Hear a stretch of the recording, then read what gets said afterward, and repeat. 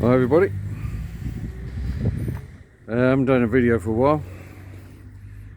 I don't know if I mentioned that I bought myself a Belstaff Panther jacket off of eBay.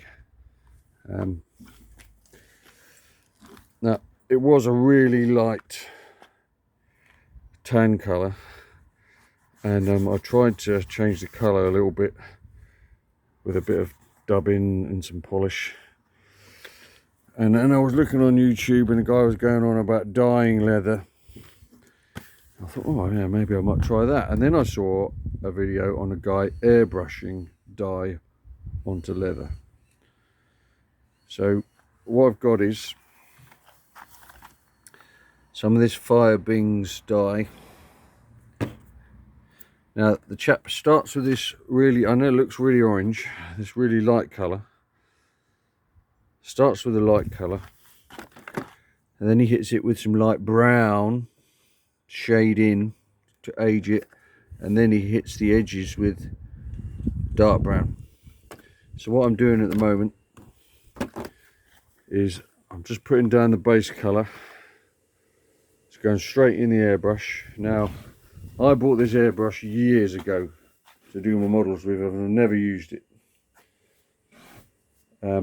Partly because I was doing some painting, and this stuff's so fragile. It was under the table and I touched that with my foot and snapped the end of that off, and for years it sat there. And then a couple of years ago I bought this new lead to do my tank. I just washed the airbrush up. So what I'm using is this. It came with two airbrushes. Don't ask me what they're called, I know nothing about airbrushing. And I'm filling this with dye with a syringe, and off you go. And I'm doing small sections, doing a horizontal, very much like spraying when you're paint spraying, and then I'm doing vertical lines, and then I'm doing a little bit of circles, doing small patches at a time so I get even coverage. I'm working about 3 to 4 inches away, holding back the stitching, getting it in there. I wouldn't be able to done this with a dauber like they do when they're doing all these handbags, and the Americans do all their holsters. You can get everywhere, it's fantastic. So it already looks better than what it did, although, you know, it looks really orange in this light. But I'm going to hit it with a darker shading around the panels and do all the bits that are going to get heavy wear, like the pocket edges and around down the zip lines. Get the darker shading on there.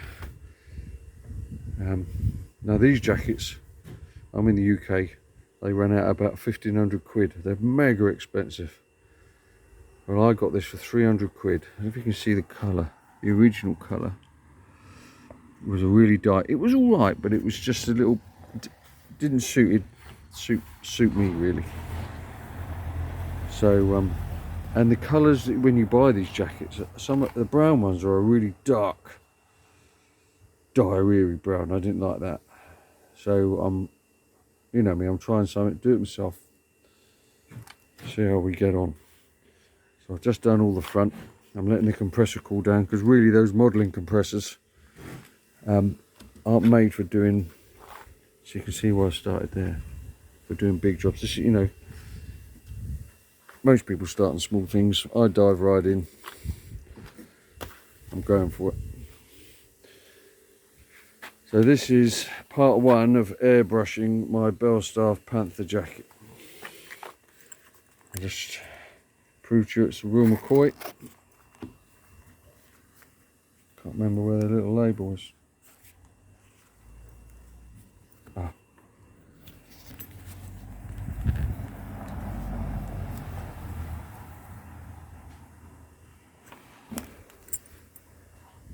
I think that's got the colour of the original leather there as well, so you can see the difference.